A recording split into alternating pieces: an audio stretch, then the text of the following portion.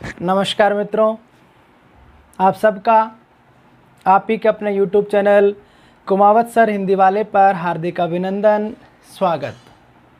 मित्रों, सबसे पहले आप अपने इस YouTube चैनल को सब्सक्राइब करें। अगर नहीं किया है तो बेल आइकन का बटन भी दबा लें। कई ऐसे लोग हैं जिन्होंने बेल आइकन का बटन नहीं प्रेस कर रखा है। इससे ये होता है कि आगे वाले वीडियो का नोटिफिकेशन आपको नहीं मिल पाता है, तो आप बेल आइकन का बटन भी दबा लें। चैनल को अधिकाधिक सब्सक्राइब भी करें और शेयर भी करें। मित्रों, आज हम विकारी शब्दों का तीसरा भेद पढ़ने जा रहे हैं, विशेषण।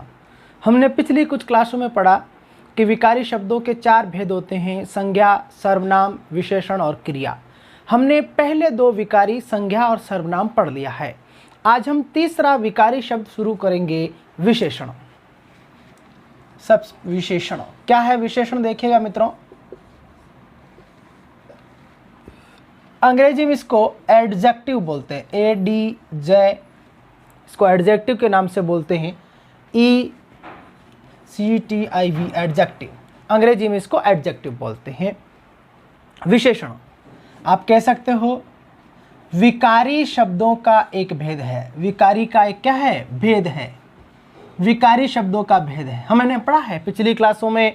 जो लोग रेगुलर पढ़ रहे हैं उनको पता है। अगर कोई आज पहली बार भी अगर इस वीडियो को देख रहा है तो मैं बता देना चाहता हूं कि हिंदी में विकारी शब्दों के 4 भेद होते हैं। विकारी वो होता है जिस शब्द का लिंग, वचन, कारक, काल आदि में से कोई भी एक तत्व, एक से अधिक भी हो सकते हैं, एक भी हो सकते हैं, क्योंकि हमने पढ़ा है कि संज्ञा के 3 तत्व होते हैं विकारक। लिंग भी बता सकते हैं, वचन भी बता सकते हैं, कारक भी बता सकते हैं। जबकि सर्वनाम के 2 ही विकारक बता सकते हैं, वचन और कारक, क्योंकि सर्वनाम दोनों लिंग में एक ही जैसे आता है। जैसे यह आया और यह आई, दोनों जगह यह शब्द एक ही रूप में आ रहा है। उसी तरह विशेषण के पर भी किन किन का प्रभाव पड़ता है, तो विशेषण पर हम देखेंगे कि लिंग का पड़ता है, वचन का पड़ता है। विशेषण का कारक से कोई लेना देना नहीं होता है विशेषण की भूमिका में। तो हम ये कह रहे हैं कि ये एक विकारी शब्दों का भेद है। अभी हमने बताया कि विकारी वो होगा जिस पर विकारक तत्वों का प्रभाव पड़ता है। अब प्रश्न है कि विशेषण क्या है? अधिकांश विद्यार्थी जानते हैं कि संज्ञा और सर्वनाम की विशेषता बताने वाले शब्दों को विशेषण कहा जाता है। यानी कि कोई संज्ञा है या संज्ञा के बदले प्रयोग होने वाला शब्द सर्वनाम है, उनकी विशेषताओं को प्रकट करने वाला, जैसे कि उनके गुण बताना, दोष बताना, दशा बताना, उनकी संख्या बतलाना, उनका परिमाण बताना आदि का अबोध कराने वाले विकारी शब्दों को विशेषण कहा जाता है। तो हम परिभाषा लिख सकते हैं विशेषण की। जिन विकारी शब्दों से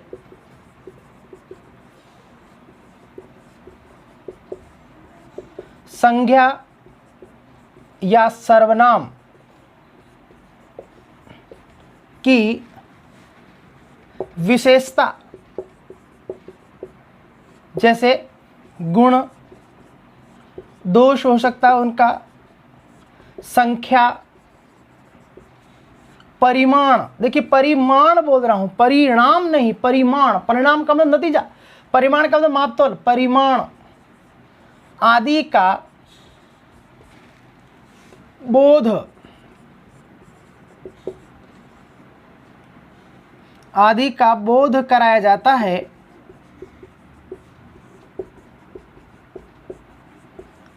उन्हें विशेषण कहा जाता है। यानी कि ऐसा विकारी शब्द जिससे किसी संज्ञा, सर्वनाम, विशेषण आदि संज्ञा सर्वनाम की विशेषता, जैसे कि उनके गुण बताना या दोष, जैसे ईमानदार लड़का तो लड़का कैसा? ईमानदार। बुरे लोग तो लोग कैसे? बुरे। 5 लोग, लोग कितने? 5। 5 किलो घी, घी कितना? 5 किलो। तो कहीं ना कहीं आप किसी न किसी संज्ञा सर्वनाम की विशेषता बता रहे हैं, उसका विशेषण प्रकट कर रहे हैं। संख्या हो सकती है, उसके गुण दोष हो सकते हैं, क्योंकि इसी के आधार पर हम इनके आगे चल करके भेदों की संख्या तय करेंगे। परिमाण हो सकता है, आदि का बोध कराते उन्हें विशेषण कहा जाता है। अगली चीज आती है विशेष्य। ये इंपॉर्टेंट चीज है जो कि प्राय आप अधिकांश विद्यार्थी पहले नहीं पढ़े होते हैं। पढ़े होंगे, अच्छी बात है, नहीं पढ़े तो सीखने की कोशिश कीजिएगा। क्या होता है विशेष्य? बताओ मित्रों, जरा चलाओ अपना दिमाग। देखें, देखो हमने कहा कि संज्ञा और सर्वनाम की विशेषता बताएगा वो विशेषण है। आप जिस संज्ञा की विशेषता बता रहे हो उस संज्ञा को ही विशेष्य कहा जाता है। जैसे मान लीजिए मैंने कहा अच्छे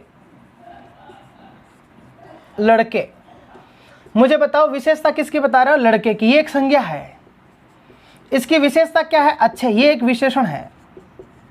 हम कह रहे हैं जिस संज्ञा की विशेषता बता रहे हो, आपने विशेषता किसकी बताई? इस लड़के संज्ञा की। ये संज्ञा ही यहां पर क्या बन गया? विशेष्य बन गया। यानी कि कोई भी संज्ञा जब विशेषण के रिश्ते में बंध जाती है तो उस संज्ञा को विशेष्य के नाम से पुकारा जाता है। सभी संज्ञाएं विशेष्य नहीं होती है। देखिए, अगर हम सरल शब्दों में कहें तो ये कह सकते हैं संज्ञा और सर्वनाम ही विशेष्य होते हैं, लेकिन कोई भी संज्ञा और सर्वनाम विशेष्य का रूप तब धारण कर पाती है जब आप उसकी विशेषता बता देते हो। तब वो संज्ञा ना होकर उसको उस रिश्ते के दौरान, जो विशेषण और विशेष्य का जो रिश्ता है, वहां आप उसको विशेष्य कह सकते हो। जैसे एक लड़का है, एक लड़की है। शादी से पूर्व लड़का लड़का है, लड़की लड़की, लेकिन शादी के बंधन में बंधने के बाद लड़की पत्नी का रूप ग्रहण कर लेती है और लड़का पति का रूप ग्रहण कर लेता है। ऐसा कब होता है? जब वो शादी के बंधन में बंध जाते हैं। उसी तरह से हम कह रहे हैं कि कोई भी संज्ञा तब विशेष्य का रूप धारण कर लेती है जब उसकी विशेषता बताई जाती है। तो आप पारिभाषिक तौर पे क्या लिख सकते हैं अब? कि जिस संज्ञा की विशेषता बताई जाती है, परिभाषा लिख सकते हैं, जिस संज्ञा या सर्वनाम की विशेषता बताई जाती है उसे क्या कहेंगे? विशेष्य कहा जाता है। यानी जिस संज्ञा या सर्वनाम की विशेषता बताई जाती है उसे विशेष्य कहा जाता है। जैसे मैं उदाहरण दे रहा हूं,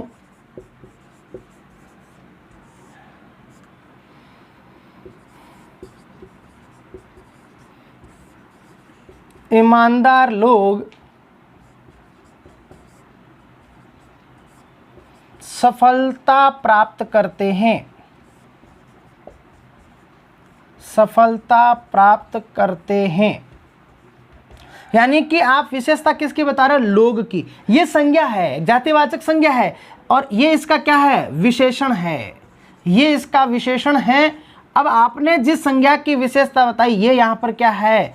विशेष्य। संज्ञा तो है ही, लेकिन अब विशेषण के रिश्ते में बंध गई, इसलिए अब इसको क्या कहोगे? विशेष्य कहोगे। समझाइए मित्रों कहानी?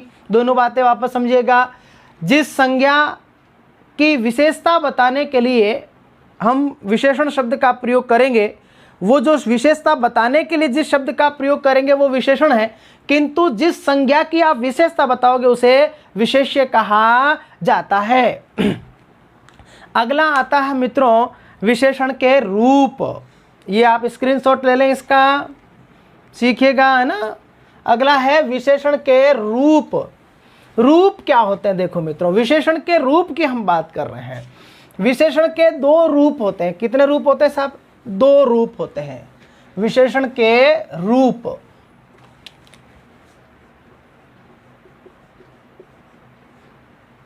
दो होते हैं, विशेषण के दो रूप होते हैं। यानी कि आपसे पूछ ले कि विशेषण कितने रूपों में प्रयुक्त होता है, तो आप कहेंगे विशेषण दो रूपों में प्रयुक्त होता है। अब प्रश्न है कि रूप होता क्या है? तो मैं आपको समझाने की कोशिश करता हूं। रूप से अभिप्राय क्या है ये थोड़ा समझ लेना पहले।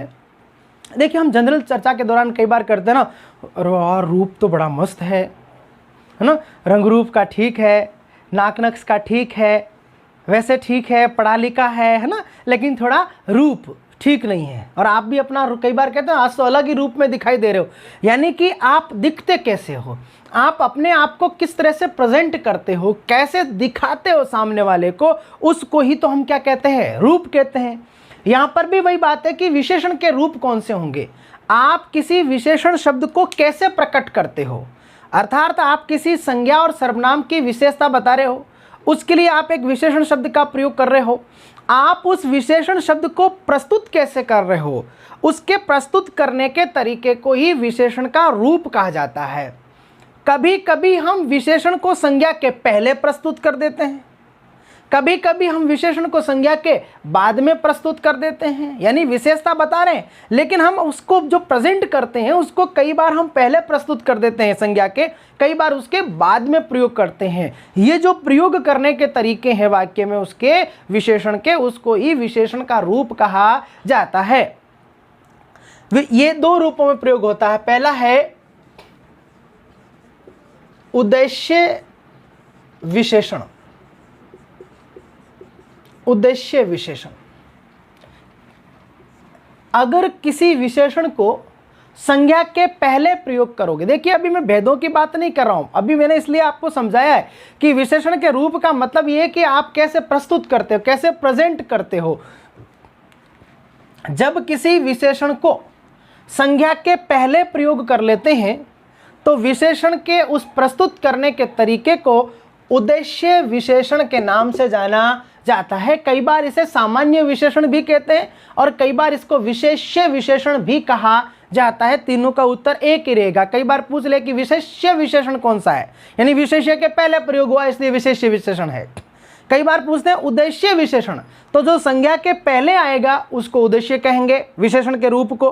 कभी कभी इसको सामान्य विशेषण भी कहते हैं। सामान्य विशेषण इसलिए कहते हैं कि सामान्यतः जनरली हम व्यवहार में, दैनिक व्यवहार में जब बात करते हैं तो विशेषण का पहले ही प्रयोग कर लेते हैं, इसलिए इसको सामान्य विशेषण भी कहा जाता है। तो परिभाषा क्या होगी? संज्ञा के पूर्व में प्रयुक्त होने वाले विशेषण को उद्देश्य विशेषण कहते हैं। उद्देश्य विशेषण कहते हैं, यानी कि इस विशेषण का ऐसा रूप जो संज्ञा के पूर्व में प्रयुक्त हो उसे उद्देश्य विशेषण कहा जाता है। जैसे मैंने एक उदाहरण लिखा,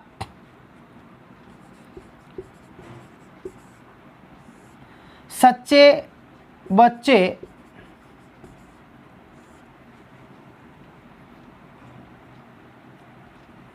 सफल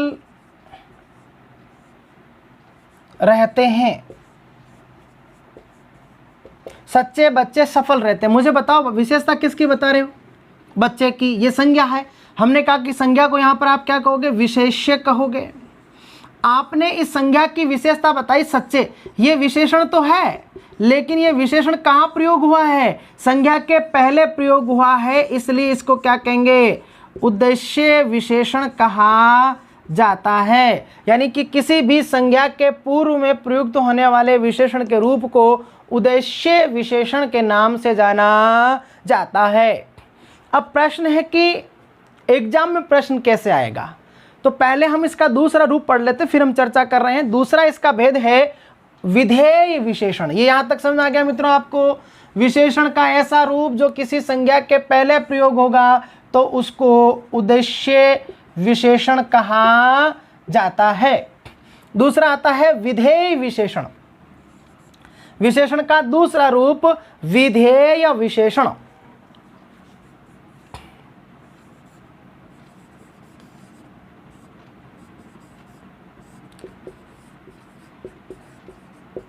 विधेय विशेषण क्या होता है? देखो विधेय विशेषण क्या होता है? विशेषण का ऐसा रूप जो किसी संज्ञा या सर्वनाम के बाद में प्रयुक्त हो करके उसकी विशेषताओं को प्रकट करते हैं, तो ऐसे शब्दों को, ऐसे विशेषण शब्दों को विधेय विशेषण के नाम से जाना जाता है। जैसे आपने यहाँ पर विशेषता कहाँ बताई? संज्ञा के पहले रख करके बताई। अगर यही विशेषता कि बच्चे सच्चे हैं, बच्चे कैसे हैं? सच्चे हैं, तो आपने विशेषता उसकी कहां बताई? बाद में बताई। गाय काली, घोड़े सफेद। एक तो मैं कहूं सफेद घोड़े, घोड़े सफेद, तो ये आप ये सफेद शब्द जो है ये घोड़े की विशेषता बता रहे हो। ये घोड़ा एक संज्ञा है, जातिवाचक संज्ञा है बहुवचन रूप में। आप उसकी विशेषता बता रहे हो कि काले हैं, सफेद हैं। ये विशेषता उस संज्ञा के कहां बता रहे हो? बाद में बता रहे हो। और जो संज्ञा की विशेषता बाद में प्रकट की जाती है ऐसे विशेषण के रूप को विधेय विशेषण कहा जाता है। तो आप लिख सकते हैं संज्ञा या सर्वनाम एक ही बात है, समझा दिया आपको। संज्ञा के बाद में प्रयुक्त विशेषण, यानी कि संज्ञा के बाद में प्रयुक्त होने वाले विशेषण को क्या कहेंगे? संज्ञा के बाद में प्रयुक्त विशेषण को विधेय विशेषण के नाम से जाना जाता है। जैसे मैंने कहा, उदाहरण दे देते हैं हम लोग इसी का, बच्चे सच्चे। बच्चे क्या हैं? सच्चे हैं। आप विशेषता किसकी बता रहे हो? बच्चे की। ये आपकी संज्ञा है, और आपने कहा कि संज्ञा को हम जब विशेषण के संदर्भ बनेंगे तो उसको विशेष्य कहते हैं। लेकिन इसकी जो विशेषता है ये विशेषण है, परंतु विशेषण का रूप कौन सा है? विधेय विशेषण है, क्योंकि ये संज्ञा के बाद में प्रयुक्त हुआ है। समझ रहे मित्रों कहानी? अब प्रश्न कैसे आता है? पहला प्रश्न तो इनकी परिभाषाओं को लेकर के हो सकता है कि उद्देश्य विशेषण क्या होता है, तो आप परिभाषा देंगे कि संज्ञा के पूर्व में प्रयुक्त होने वाले विशेषण को उद्देश्य कहेंगे, और इसका नाम क्या है? विशेष्य विशेषण, क्योंकि विशेष्य के पूर्व में आता है। सामान्य विशेषण भी इसको कह सकते हैं। दूसरा है विधेय विशेषण, जो संज्ञा या सर्वनाम के बाद में प्रयुक्त होता है उसको विधेय विशेषण कहा जाता है। इस तरह है। अब तीसरा प्रश्न बनता है कि वाक्य रचना दे करके आपको 4 विकल्प दे देंगे। 4 विकल्प में से 2 ऐसे वाक्य हैं, विकल्प ए जिसमें कहीं विशेषण का प्रयोग नहीं हुआ, विकल्प बे जिसमें उद्देश्य विशेषण का प्रयोग कर लिया, यानी विशेषण पहले प्रयोग कर लिया, तीसरे विकल्प में वाक्य में फिर कोई विशेषण का प्रयोग नहीं हुआ, चौथा है जिसमें बाद में प्रयोग हुआ है। अब वो कोई पूछ लेगा कि किस विकल्प में या किस वाक्य में उद्देश्य विशेषण का प्रयोग हुआ है, तो आप ऐसा वाक्य चुन लीजिएगा जिसमें पहले आया है। या किस वाक्य में विधेय विशेषण का प्रयोग हुआ है, तो आप ऐसा वाक्य चुने जिसमें विशेषण संज्ञा के बाद में आया हो, जहां पर भी प्रयोग किया हो, जैसे हमने यहाँ प्रयोग किया। अब इस वाक्य में पूछो कि कौन सा विशेषण है, तो आप कहोगे उद्देश्य विशेषण का रूप है। अभी हम रूप में है, भेद में नहीं गए। देखो भेदों में जाओगे तो गुणवाचक विशेषण है, ये बाद की बात है। मैं रूप की चर्चा कर रहा हूं अभी कि यहाँ पर उद्देश्य विशेषण हुआ है, यहाँ पर विधेय विशेषण हुआ है। हो सकता है 3 में उद्देश्य हो, 1 में विधेय हो सकता है 3 में विधेय विशेषण हो, 1 में उद्देश्य विशेषण हो। कैसे भी प्रश्न किए जा सकते हैं। सिंपल सी कहानी है कि विशेषण के 2 रूप होते हैं। अगर कोई विशेषण संज्ञा के पहले आकर के उसकी विशेषता बताता है तो उसको उद्देश्य विशेषण कहेंगे, और अगर कोई विशेषण संज्ञा के बाद में प्रयोग होकर के उसकी विशेषता बताता है तो उसे विधेय विशेषण के नाम से जाना जाता है। अगला आता है मित्रों प्रविशेषण। देखिए पहले पढ़ा विशेषण, फिर जिस संज्ञा की विशेषता बताते हैं उसे विशेष्य कहते हैं। अब ये दोनों साथ में आते तब चर्चा होती है कि विशेषण का रूप कौन सा है। तो हमने कहा विशेषण 2 रूपों में प्रयोग होता है, उद्देश्य विशेषण और विधेय विशेषण। एक और भी रूप है जिसको प्रविशेषण कहते हैं। वो विशेषण का रूप नहीं है, बल्कि यूं मान के चलिए कि विशेषण का एक अलग पार्ट है प्रविशेषण। क्या होता है, कौन बताएगा मित्रों? प्रविशेषण जिस तरह से संज्ञा की विशेषता बताने वाला शब्द विशेषण होता है, उसी तरह से अगर किसी विशेषण की विशेषता बता दी जाए तो ऐसे शब्दों को प्रविशेषण कहा जाता है। यानी कि किसी भी विशेषण की फिर से विशेषता प्रकट कर दे। फिर से कैसे विशेषता प्रकट कर दे? जैसे मैंने कहा चतुर लोग पकड़े जाते हैं। मुझे बताओ आप विशेषता किसकी बता रहे हैं? लोगों की। ये क्या है? आपका विशेष्य है। आप सीखते जाइए। अभी आपको कुछ और कंफ्यूज क्रिएट होंगे, मैं उनको चर्चा करूंगा, आपको दूर करेंगे हम इस चीज को। ये संज्ञा है, संज्ञा को विशेष्य कहते हैं। ये इसका विशेषण है। लोग कैसे हैं? चतुर। ये विशेषण है। और विशेषण में क्या, कैसा विशेषण है? आपने पढ़ा अभी, ये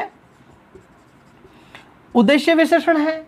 अब मान लीजिए इस चतुर की फिर से विशेषता बता दूं तो वो शब्द प्रविशेषण के नाम से जाना जाता है। जैसे मैंने कहा अधिक चतुर बालक या लोग, अधिक चतुर लोग पकड़े जाते हैं। लोग कैसे हैं? चतुर।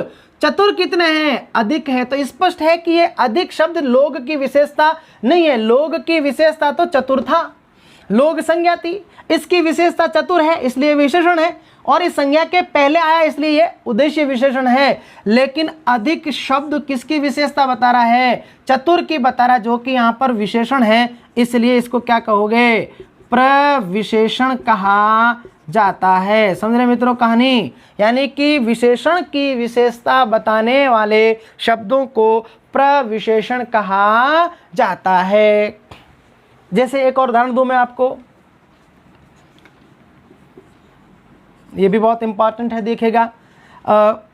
आम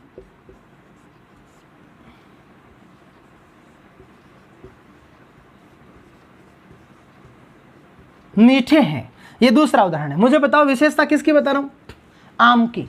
ये आपकी संज्ञा है, इस संज्ञा की विशेषता बता रहे कि आम कैसा है? मीठा है। ये मीठे शब्द क्या है? विशेषण है, क्योंकि आम की क्या है? विशेषता है। विशेषण कैसा है? विधेय है, क्योंकि संज्ञा के बाद में प्रयोग हुआ है। लेकिन मैं कह दूं कि आम बहुत मीठे हैं, मुझे बताओ ये बहुत शब्द जो है वो किसकी विशेषता है? ये बहुत शब्द इस मीठे विशेषण की विशेषता है, इसलिए ये क्या कहलाएगा?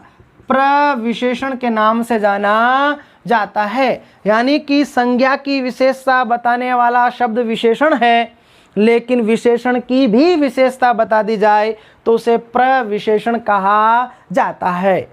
अब एक नई चीज जो बहुत इंपॉर्टेंट है, आप बिल्कुल नहीं पढ़ रहे हैं, पहली बार आपका अभी तक ध्यान भी नहीं गया होगा। आपने देखा कि इस वाक्य में विशेष्य विशेषण आया, उद्देश्य विशेषण कह सकते हो चाहे विशेष्य विशेषण कह सकते हो। देख रहे हैं आप लोग कि इस वाक्य में क्या आया, क्योंकि संज्ञा के पहले उद्देश्य विशेषण था, यहां पर हमने लिख रखा था अभी उद्देश्य। इसमें क्या है? विधेय विशेषण है। यानी कि उद्देश्य विशेषण वाले वाक्य में भी प्रविशेषण आ गया, विधेय विशेषण वाले वाक्य में भी प्रविशेषण आ गया।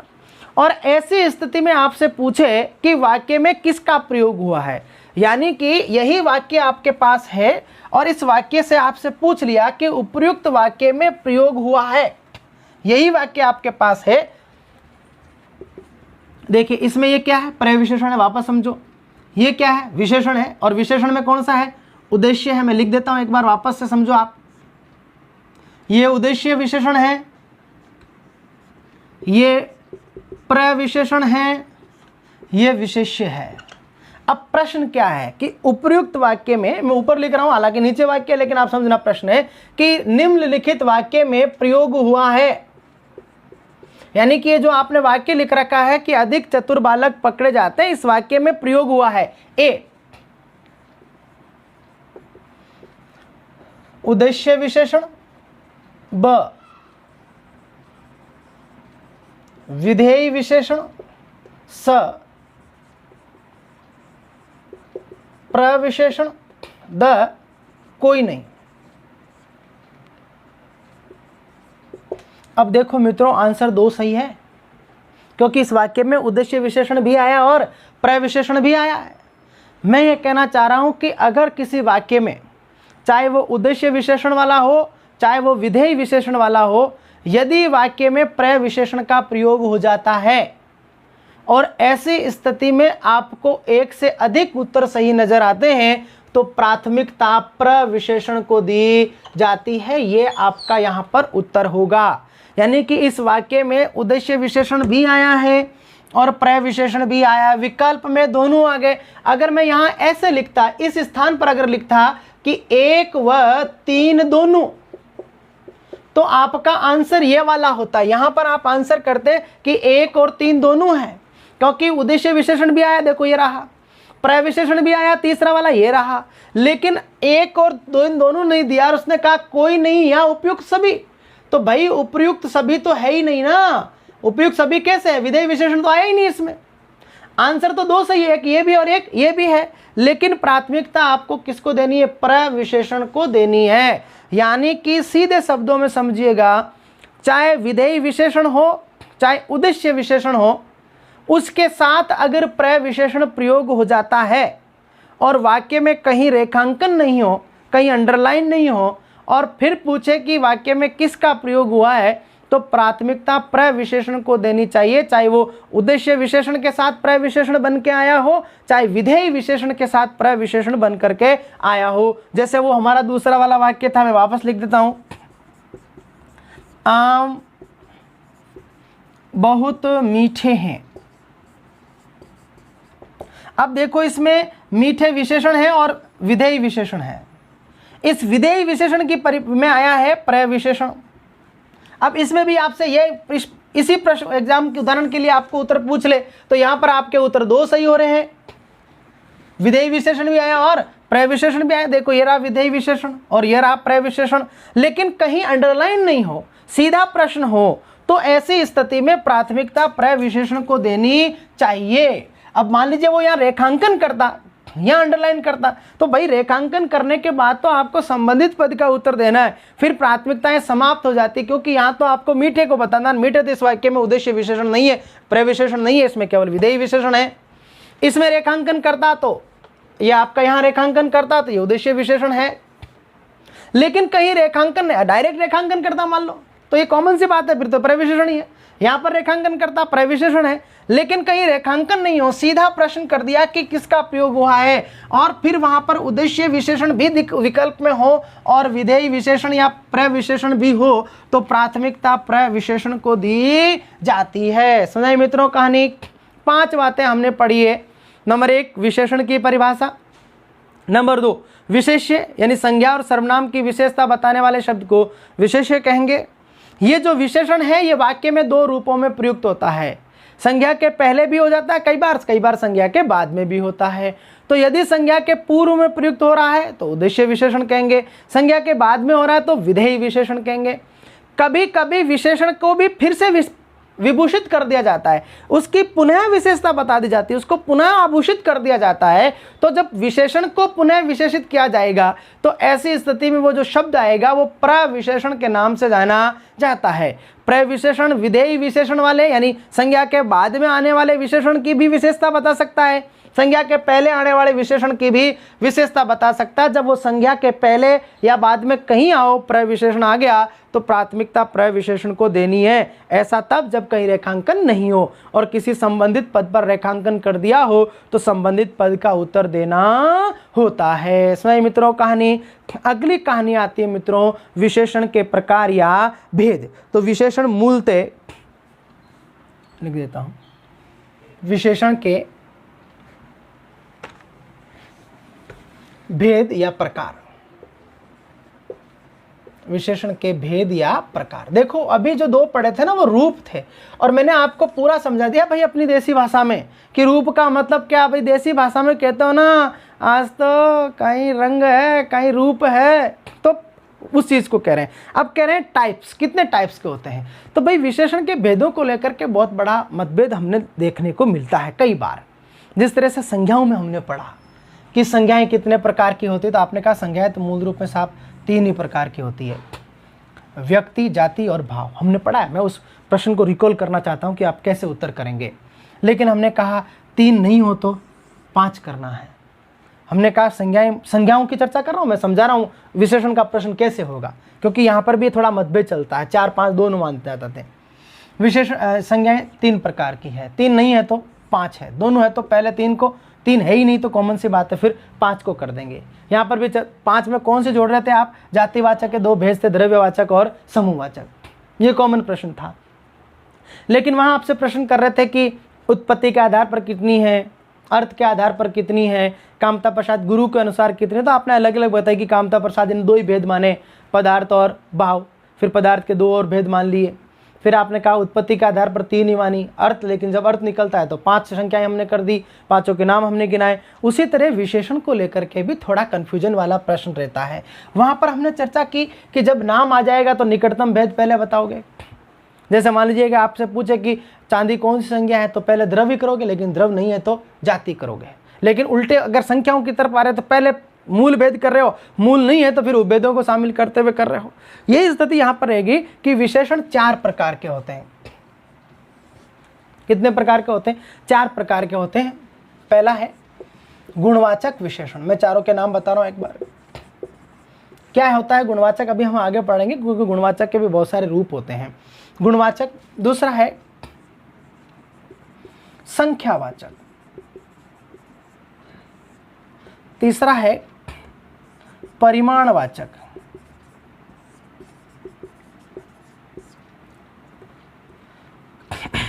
चौथा है सार्वनामिक विशेषण। बहुत इंपॉर्टेंट टॉपिक है, सबसे इंपॉर्टेंट प्रश्न है, यहाँ से बहुत ज़्यादा आते हैं। सार्वनामिक विशेषण, क्योंकि वो जो हमने जो सर्वनाम पढ़े थे ना, उन सर्वनामों को भी कई बार विशेषण की तरह प्रयोग कर लेते हैं। इसलिए जब हमने सर्वनाम पढ़ा तब भी इस बात पर बल दिया था कि कोई भी शब्द सर्वनाम तभी होता है जब वो संज्ञा के बदले आया हो। कई बार उसी शब्द का प्रयोग हम संज्ञा के स्थान पर ना करके उसके साथ में कर लेते हैं। सार्वनामिक विशेषण। अब एक पांचवा भेद होता है, मैं स्टार बना रहा हूं, 5 लिख नहीं रहा हूं। मैंने आपको बता दिया है कि विशेषण के प्रकार कितने हैं, 4 ही हैं। अभी 4 तक हम सीमित हैं, 4 नहीं होगा तो हम 5वां करेंगे। जब 4 नहीं हो तो मैं यहां लिख रहा हूं, प्राथमिकता में क्या करने हैं, 4। 4 नहीं होंगे तो क्या करेंगे, 5। ये देखो लिखा है, प्राथमिकता में ये करना है, विकल्प के रूप में 5 करना। 4 5 दोनों आया तो पहले 4 करोगे, दोनों में से कोई आया तो एक उत्तर हो जाएगा। समझ रहे कहानी को। अब ये 5वां कौन सा है, क्यों 5वां कर रहे हैं, इस पर हम कॉन्सेंट्रेट कर रहे हैं। गुणवाचक, संख्यावाचक, परिमाणवाचक और सार्वनामिक विशेषण। गुणवाचक वो होते हैं जो गुण, दोष, दशा, धर्म, अवस्था, काल, दिशा आदि का बोध कर, आकार, स्वरूप, स्वाद, आयु, स्पर्श का बोध कराते वो गुण होते हैं। जो संख्याओं की चर्चा करते हैं, यानी किसी संज्ञा की विशेषता बताओ और वहां पर संख्याओं की चर्चा हो रही है। जैसे मैंने कहा अच्छे लोग, विशेषता किसकी बता रहे हो, लोग की। लेकिन लोग कैसे अच्छे, अब ये अच्छा शब्द एक गुण है। फिर मैंने कहा कि 5 लोग, विशेषता किसकी है, लोगों की। लेकिन 5 कोई गुण नहीं है बल्कि संख्या है। उसी तरह मैंने कहा 5 किलो घी, घी कितना, 5 किलो। अब ये 5 किलो कह रहे तो ये एक तरह से न तो कोई संख्या है न कोई गुण है, बल्कि ये उसका पैमाना है, उसकी मात्रा है, उसका माप है। उसी तरह सर्वनाम होते हैं। कुछ विद्वान, ये जो गुणवाचक विशेषण है इसके बहुत सारे रूप होते हैं। हम आगे चलकर के एक टॉपिक पढ़ेंगे। और मित्रों आजकल जो प्रश्न आते हैं आपके, उसमें एक लाइन लिखी होती है विशेषणों की रचना, यानी कि जिस तरह से आपने भाववाचक संज्ञाएं पढ़ी थी, वहां पर आपने कहा कि भाववाचक संज्ञाएं 2 प्रकार की होती है, एक तो रूढ़ और एक यौगिक। यानी कि हिंदी की जातिवाचक संज्ञा, व्यक्तिवाचक संज्ञा, सर्वनामों में, विशेषणों में प्रत्यय जोड़ करके हम भाववाचक संज्ञा बना रहे थे। उसी तरह से हिंदी में भी विशेषण भी 2 प्रकार के होते हैं, रूढ़ और यौगिक। हिंदी की संज्ञाओं से विशेषण बना लिए जाते हैं, हिंदी की क्रियाओं से भी विशेषण बना लिए जाते हैं। जैसे मान लीजिए मैं एक विशेषण का निर्माण कर रहा हूं, जयपुरी हलवा जूतियाँ, या जोधपुरी मोचड़ियाँ, जयपुरी रजैयाँ, अजमेरी हलवा, नागौरी बेल। बेल की विशेषता क्या बता रहा हूँ, नागौरी। लेकिन नागौरी शब्द किससे बना, नागौर से। जयपुरी रजैयाँ, विशेषता किसकी बता रहा हूँ, रजैयों की। कैसी, जयपुरी। लेकिन जयपुरी शब्द बना किससे, जयपुर से।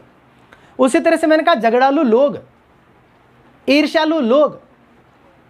अब मुझे बताओ, ईर्ष्यालु शब्द ईर्ष्या से बना है, ईर्ष्यालु लोग, लोगों की विशेषता बता रहे हैं कि लोग कैसे हैं, ईर्ष्यालु। लेकिन यहां पर ईर्ष्यालु शब्द का निर्माण हुआ किसी और शब्द से। तो हिंदी में विशेषण भी 2 प्रकार के होंगे, आगे चल करके हम पढ़ेंगे, रूढ़ और यौगिक। और आजकल जो परीक्षाओं में जो पाठ्यक्रम है उसमें 99% यौगिक विशेषण के ही प्रश्न पूछे जाते हैं। वहां पर आपको 4 विशेषण दिए जाते हैं, चारों विशेषण अलग अलग तरह से बने होते हैं। एक व्यक्तिवाचक संज्ञा से बना हुआ विशेषण है, एक जातिवाचक संज्ञा से बना हुआ विशेषण है, एक आपका क्रिया से बना हुआ विशेषण है, और एक आपका सर्वनाम से बना हुआ विशेषण है। 4 अलग अलग रूपों से बने हुए विशेषण होते हैं। और वहां पर आपसे पूछते हैं कि कौन सा विशेषण क्रिया से बना हुआ है, तो वहां पर देखना पड़ेगा। जैसे अभी मैंने कहा कि झगड़ालू लोग, अब झगड़ालू एक विशेषता है लेकिन ये झगड़ना क्रिया से बना हुआ विशेषण है। मैंने कहा ईर्ष्यालु लोग, यहां पर ईर्ष्यालु शब्द जो विशेषण है वो ईर्ष्या भाववाचक संज्ञा से बना हुआ है।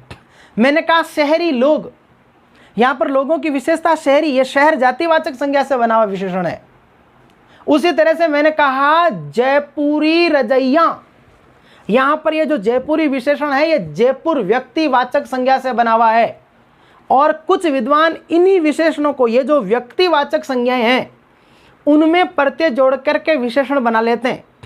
ऐसे विशेषणों को कुछ विद्वान, ये व्यक्तिवाचक वालों की चर्चा कर रहे हैं, बाकी वाले नहीं, कुछ विद्वान व्यक्तिवाचक संज्ञाओं से बने हुए विशेषणों को एक अलग भेद मानते हैं और उसका नाम है व्यक्तिवाचक विशेषण। ये जो पांचवा हम चर्चा कर रहे हैं, अभी हम इतना समझाया, उसका मकसद यही था कि एक पांचवा भेद मानते हैं व्यक्तिवाचक विशेषण। लेकिन वास्तव में ये करता क्या है, वापस समझना। 4 क्यों करना है साहब, 5वां है तो 5 क्यों नहीं मान रहे हो? पहले मैंने ये समझाने का प्रयास किया कि ये होता क्या है। अभी मैं एक बार वापस से रिपीट कर रहा हूं, बात को समझो।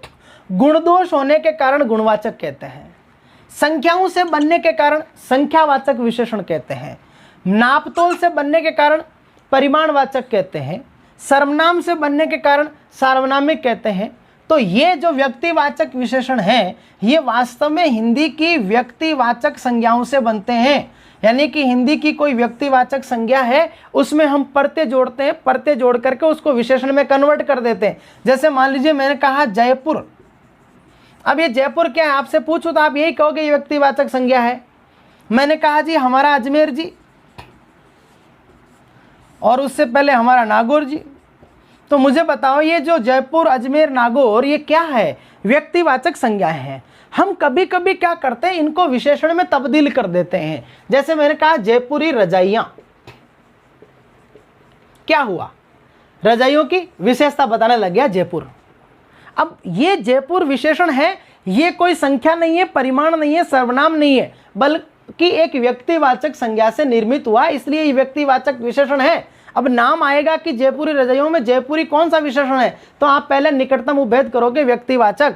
लेकिन भेदों की चर्चा कर रहे हैं तो ये गुणवाचक विशेषण का ही एक पार्ट होता है, क्योंकि यहाँ पर भी ये काम क्या कर रहा है, भले ही व्यक्तिवाचक संज्ञा से बना है लेकिन काम तो ये गुण का ही कर रहा है। अगर आपने कहा कि जयपुरी रजाइयाँ, तो आपके जहन में जयपुर स्थान नहीं बल्कि जयपुर स्थान से बनने वाली रजाइयों में क्या विशेष गुण है वो आपके जहन में चल जाता है। जैसे ही अगर आपसे ये कह दिया जाए कि नागौरी बेल, तो आपके जहन में यह आएगा कि नागौर क्षेत्र विशेष के जो प्रजाति है बेलों की, वो खेती करने में बड़े ताकतवर बेल होते हैं, इसलिए आपके जहन में ये चीज़ आ गई।